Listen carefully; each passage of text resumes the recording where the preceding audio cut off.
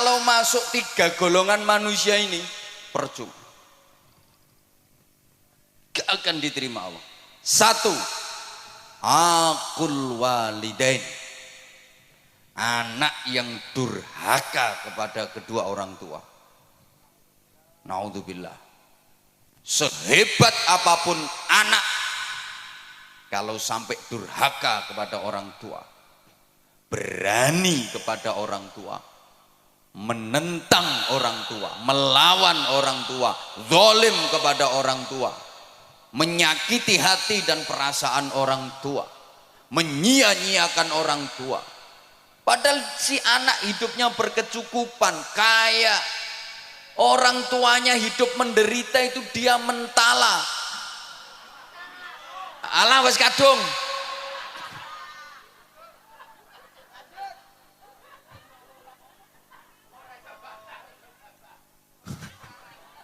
Sing ceramah aku apa sampean? Lah iya.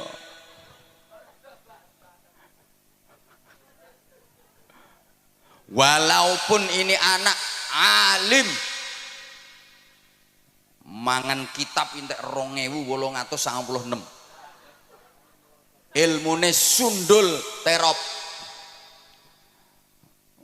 saking pintere sampai iso ngraji entut. Ngraji angin ini sak gampang, ngraji entut. Begitu tit kok.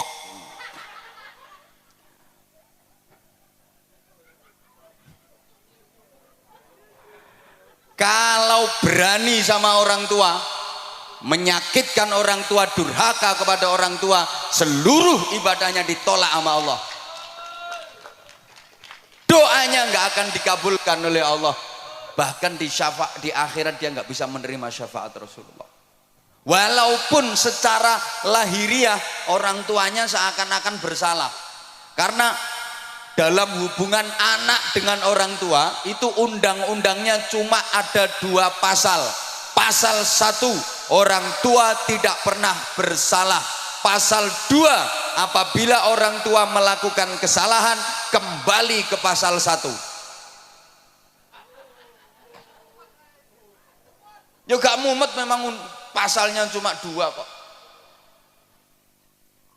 Jadi hubungan anak kepada orang tua itu pasalnya cuma 2 undang-undangnya. Pasal 1, orang tua tidak pernah bersalah. Pasal 2, apabila orang tua melakukan kesalahan, kembali ke pasal 1. Sehingga kalau sampai terjadi anak ribut sama orang tua, anak gegeran sama orang tua, demi Allah di apa-apa no sing salah anaknya.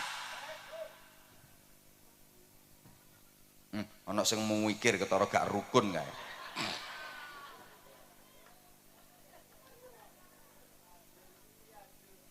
Wajar, karena nggak ada orang tua, nggak ada anak. Orang tua itu menjadi sarana, lantaran wujudnya manusia di alam dunia, betul?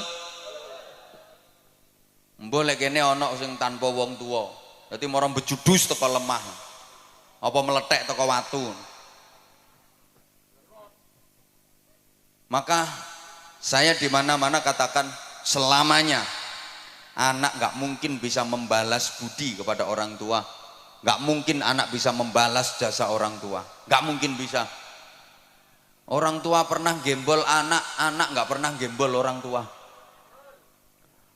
Wong tua tahu ngeden ngetokno anak, anak gak tahu ngeden ngetokno wong tuane. Ngedene yang ngetokno gedang goreng. Loh, orang tua merawat anak itu lama dan ikhlas, nggak ada yang berharap imbalan. Nah, aku ngerumat kowe sampai 20 tahun, saiki kon wis dadi tentara. Ayo hitungan, sedina aku njaluk upah 50.000. Nggak ada. Lah anak kalau merawat orang tua itu ya cuma sebentar, itu pun pamrih, sulit ikhlas. Kadang orang tuanya sakit itu, anak 5 iso geger sak dulur. Sing ngramut ya sampean, oh sampean bagiannya paling akeh kok. Biasanya ngono kuwi lambe-lambe kudungan.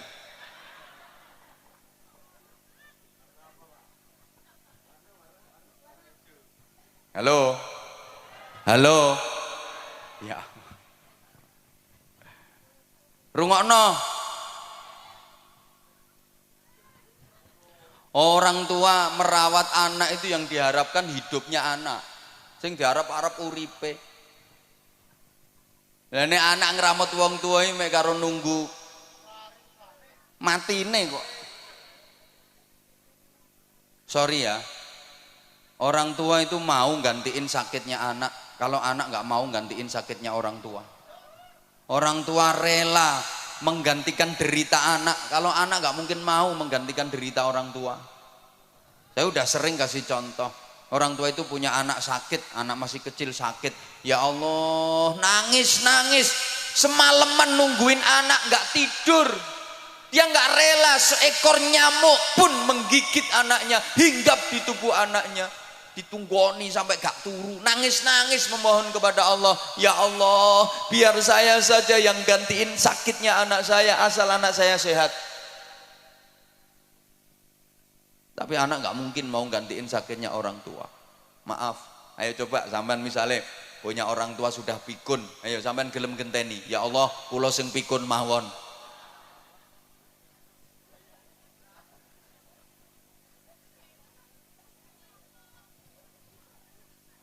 Orang tua tuh punya anak pilek, hidung tersumbat, sing nyumpeli yo umbel, ndak iso ambekan, diapakno?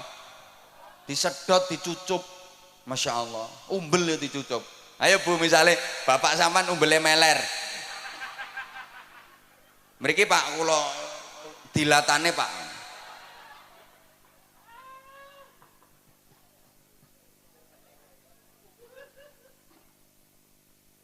Lah orang tua itu siapa saja?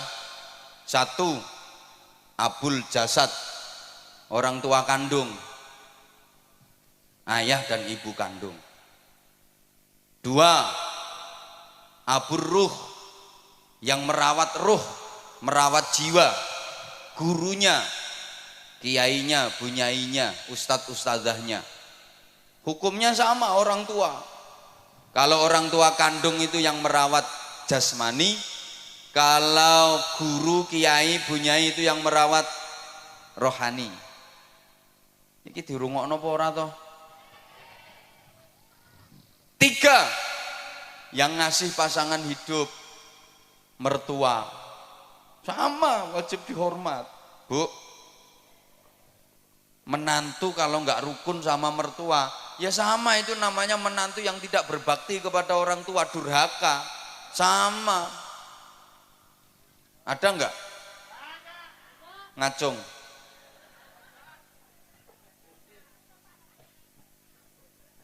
Sing akeh mantu gak rukun karo mara tuwa, iya mantu wedok. Kenapa? Mohon maaf. Penting ini. Perempuan itu cenderung serakah.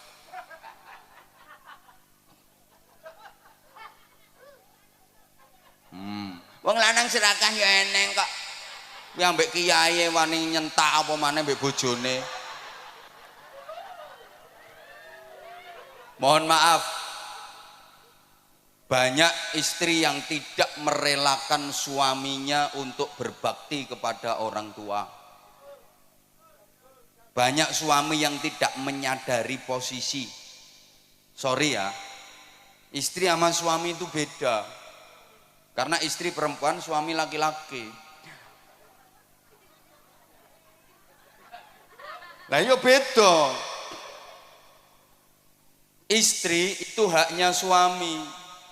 Kalau suami bukan haknya istri, haknya orang tua. Rungokno. Suami itu haknya orang tua. Artinya suami harus lebih memprioritaskan orang tuanya, mementingkan orang tuanya daripada istrinya. Ya sama-sama penting, istrinya penting, orang tuanya penting. Tapi perbandingannya lebih dipentingkan orang tuanya daripada istrinya. Ini kalau suami. Beda dengan istri. Istri haknya suami, bukan haknya orang tua. Karena waktu nikah sama orang tuanya sudah diserahkan total kepada suami. Maka istri harus lebih memprioritaskan suaminya daripada orang tuanya. Kalau suami harus lebih mementingkan orang tuanya daripada istrinya. Lah ini yang suka nggak diterima oleh para istri. Suami mau berbakti kepada orang tuanya, dihalang-halangi oleh istrinya. Kadang suami mau ngasih duit ke ibunya, ini si istri ngamuk-ngamuk, diselidiki. Bokai piro makmu mau? Bokai piro makmu mau bokai piro? Ya kekno kabeh kono, kekno kabeh, ndang ngusungi rono kabeh, gawa nang gone makmu kabeh kono. Wis klambimu nang digarono pisan, bantalmu sak sarungmu usungi rono, engko bengi nang kelon karo makmu kono.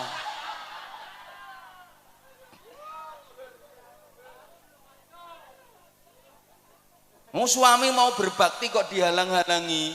Bu, ibu harus sadar, bagi suami orang tua itu prioritas daripada istri. Bu, ikhlas nggih, relakan suamimu berbakti kepada orang tuanya, yang orang tua suami adalah mertuamu. Maka istri solehah, calon-calon bidadari surga itu adalah perempuan-perempuan yang mengikhlaskan, merelakan suaminya berbakti kepada orang tuanya. Suaminya lebih mementingkan orang tuanya daripada dirinya sendiri. Itu perempuan-perempuan solihah, calon-calon bidadari surga. Nggih Bu nggih? Nggih Bu nggih? Jadi misalnya, Bu, suami ibu punya duit 10 juta. Nah, ibu sebagai istri dikasih 3 juta, yang 7 juta dikasihkan ibunya suami. Ikhlas nggih?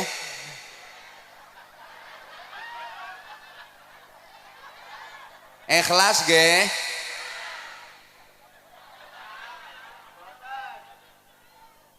Ikhlas mboten? Mulane angel mlebu swargamu ya ngono.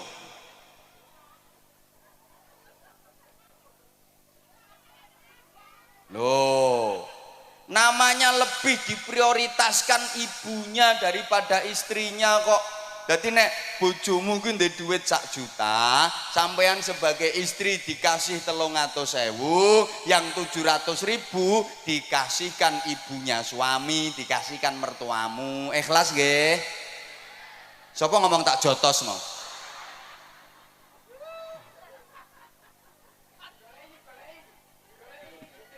Tak jotos dere.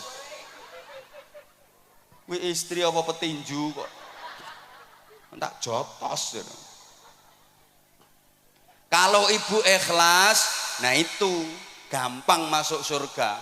Itu istri solehah dan calon-calon ratu bidadari surga.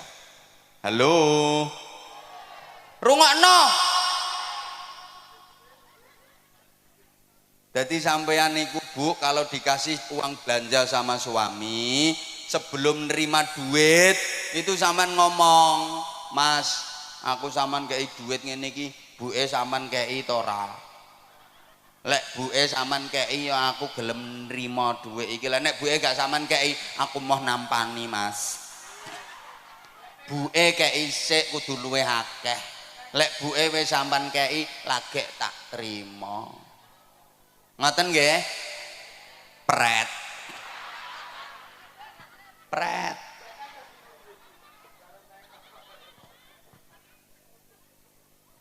Jadi misalnya ibu dibeliin gelang sama suami, sebelum diterima tuh gelang ngomong, ya aku sama tukono gelang ini iki, ibu sama tukono pora.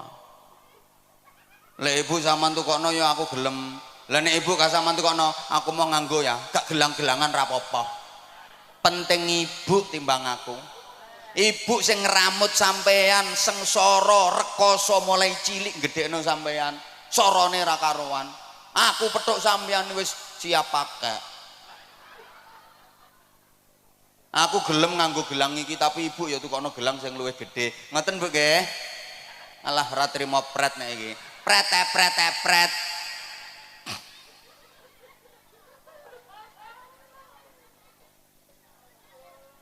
Ibu, ibu.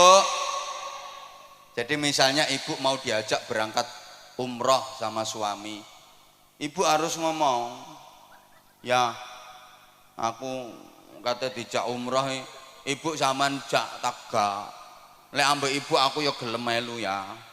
Lah nek ibu gak sampean jak, aku ya mau. Padha-padha nek duwe sampean pas-pasan. Berangkat ambek ibu ae. Aku kari-kari gak apa-apa.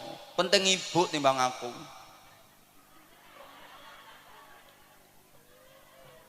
Bapak, sampean sebagai suami, Pak, kalau punya istri yang karakternya seperti itu, betul-betul lelaki beruntung di dunia ini.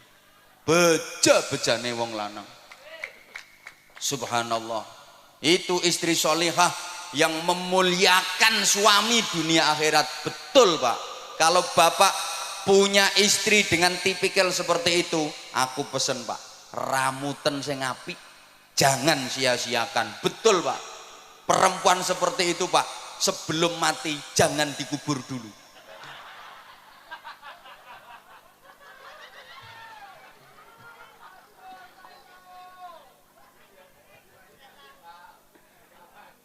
Soalnya langka.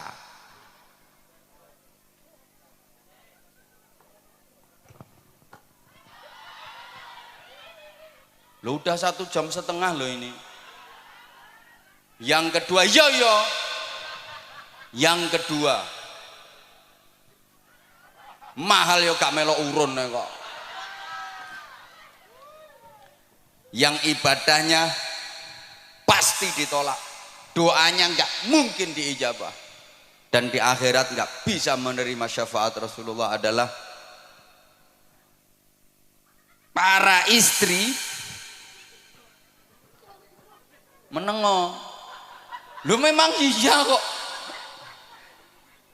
Istri-istri yang suka melukai perasaan suami, menyakiti hati suami padahal suaminya benar, dan suka membebani suami di luar batas kemampuannya. Tak baleni. Pengumuman. Ibadah sebaik apapun gak akan diterima Allah, doa sekhusyuk apapun gak akan diijabah Allah, dan di akhirat gak bisa menerima syafaat Rasulullah. Siapa? Istri-istri yang suka melukai perasaan suami, menyakiti hati suami padahal suaminya bener. Aku gak bakal suami sih gak bener. Alah rungokke sik.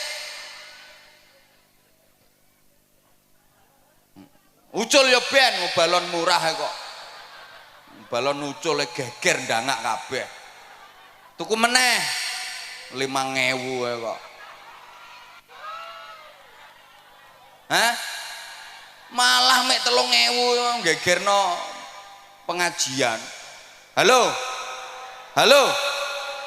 Bu, ini beneran loh, Bu. Rasulullah pernah cerita, besok di akhirat itu ada perempuan yang wujudnya enggak wujud manusia, bentuknya enggak bentuk manusia, tapi ndasnya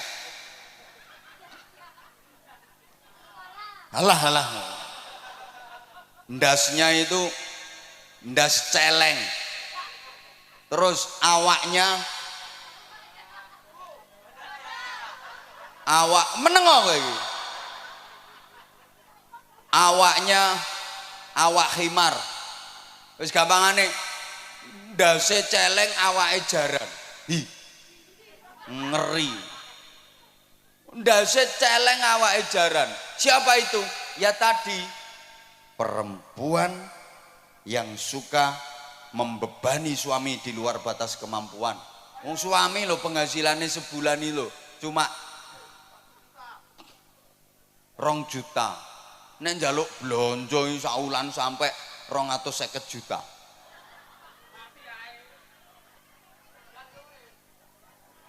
Misale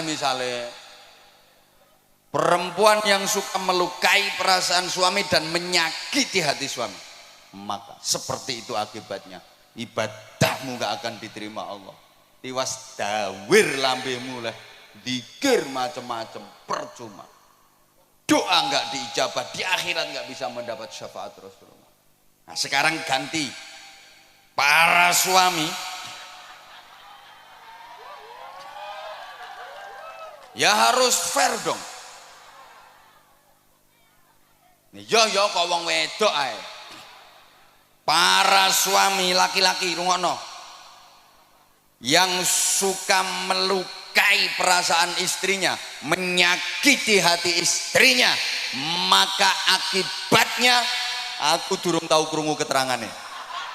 Saya belum pernah mendengar keterangannya. Jadi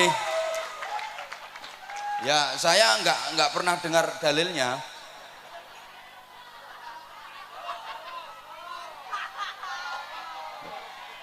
Lah nanti kalau saya sampaikan yo malah keliru kabeh wong. Saya nggak pernah denger kok.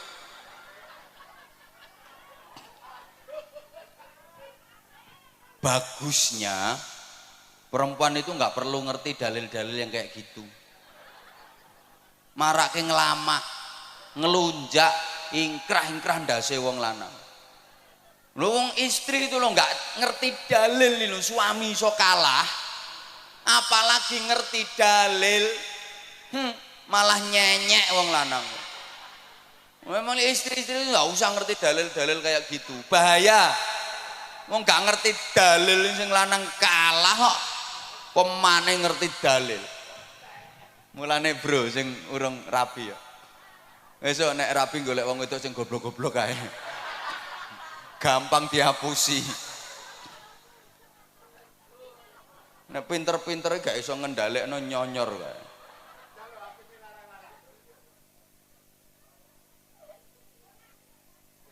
Yang ketiga udah itu berlalu.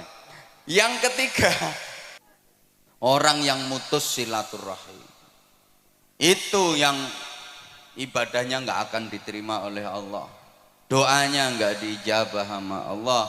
Di akhirat nggak bisa mendapatkan syafaat Rasulullah. Maka itu perlu kita hindari 3 hal tadi. Allahumma sholli ala Muhammad.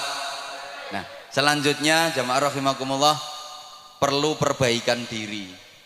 Peningkatan kualitas ibadah. Baik yang vertikal, hablum minallah, ibadah ritual, maupun yang horizontal, hablum minan nas, ibadah sosial. Halo. Dilanjut apa mboten?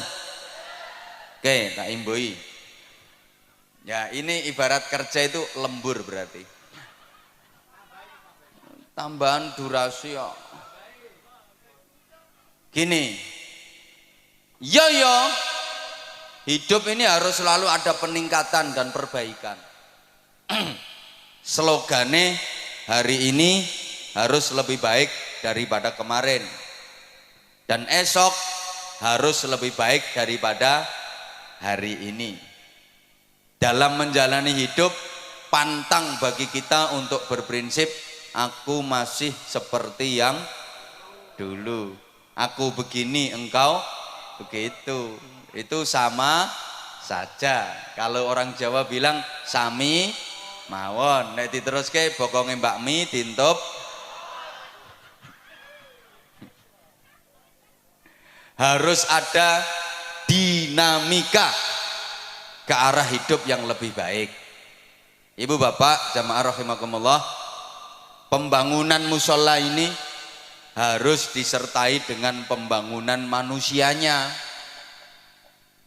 Iya, kita berharap mudah-mudahan musola, masjid-masjid yang ada itu benar-benar bisa menjadi laboratorium rohani, pembangunan mental spiritual. Negara kita itu punya jargon di lagu kebangsaan Indonesia Raya itu, bangunlah, bangunlah, ayo toh Bu. Pertama bangunlah jiwanya dulu, baru bangunlah untuk Indonesia. Bangunlah jiwanya. Pembangunan jiwa itu menjadi sangat penting.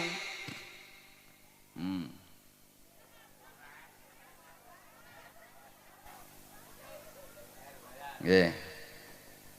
Mohon gelas ini untuk dikeletak.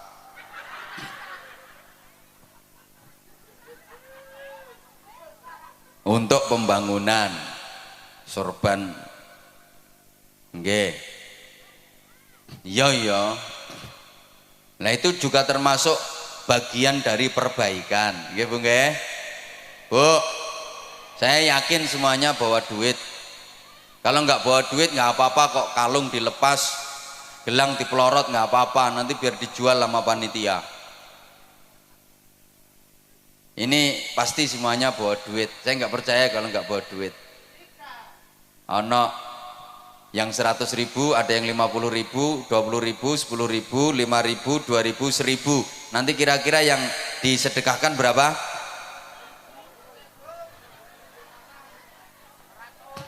Perlu diingat, sedekah itu yang penting banyak walaupun tidak ikhlas. Daripada ikhlas cuma sedikit. Tak baleni. Lebih baik sedekah yang banyak walaupun tidak ikhlas daripada ikhlas tapi cuma sedikit. Kenapa? Saya berani bilang lebih baik sedekah banyak walaupun tidak ikhlas. Loh iya, daripada ikhlas tapi sedekahnya cuma sedikit.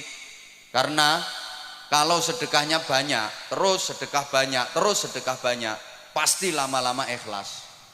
Mesti metu ikhlas ya. Mikir ora ikhlas, terus ngetokno akeh kok ora ikhlas.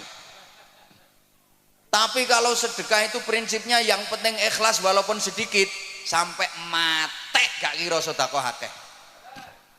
Dan ciri-ciri sedekah ikhlas, tanda-tanda sedekah itu ikhlas adalah sedekahnya banyak.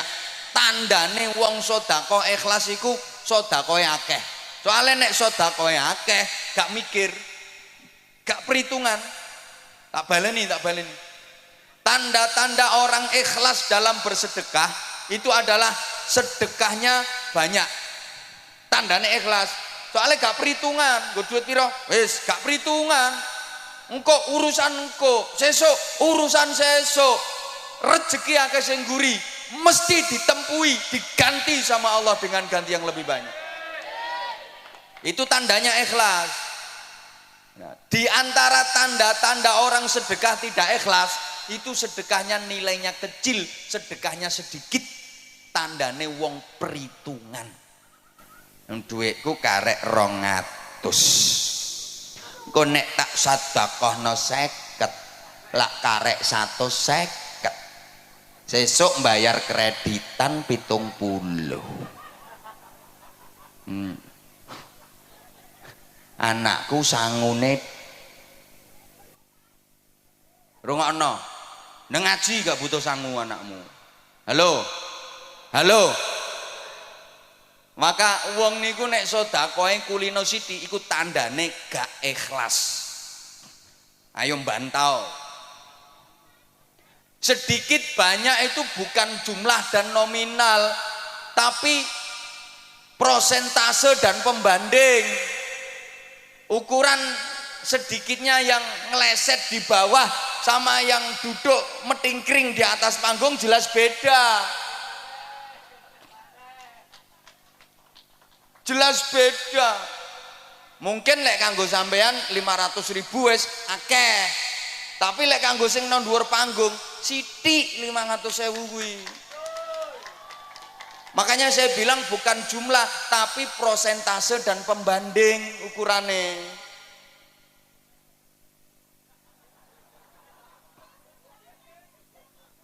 Lah iya, makanya kalau saya katakan di antara tanda ikhlas dalam bersedekah itu sedekah nominalnya banyak, nilainya banyak. Kuwi tandane ikhlas karena dia nggak perhitungan. Tandane wong sedekah gak ikhlas itu sedekahnya sedikit karena dia perhitungan. Halo. Orang yang beramal di dunia tanpa perhitungan, besok di akhirat Allah yo gak perhitungan, langsung dimasukkan surga sama Allah. Itu namanya masuk surga tanpa hisab. Tanpa hisab itu tanpa perhitungan. Siapa yang dimasukkan surga tanpa hisab, tanpa perhitungan? Ya orang-orang yang waktu di dunia amalnya tanpa perhitungan. Malaikat yang meriksa itu langsung didhawuhi sama Allah, kasih instruksi. Malaikat, itu orang waktu di dunia amal tanpa perhitungan. Udah sekarang langsung masukkan surga tanpa diperhitungkan amalnya. Cepet, tung orang Bojonegoro kok. Langsung ke surga.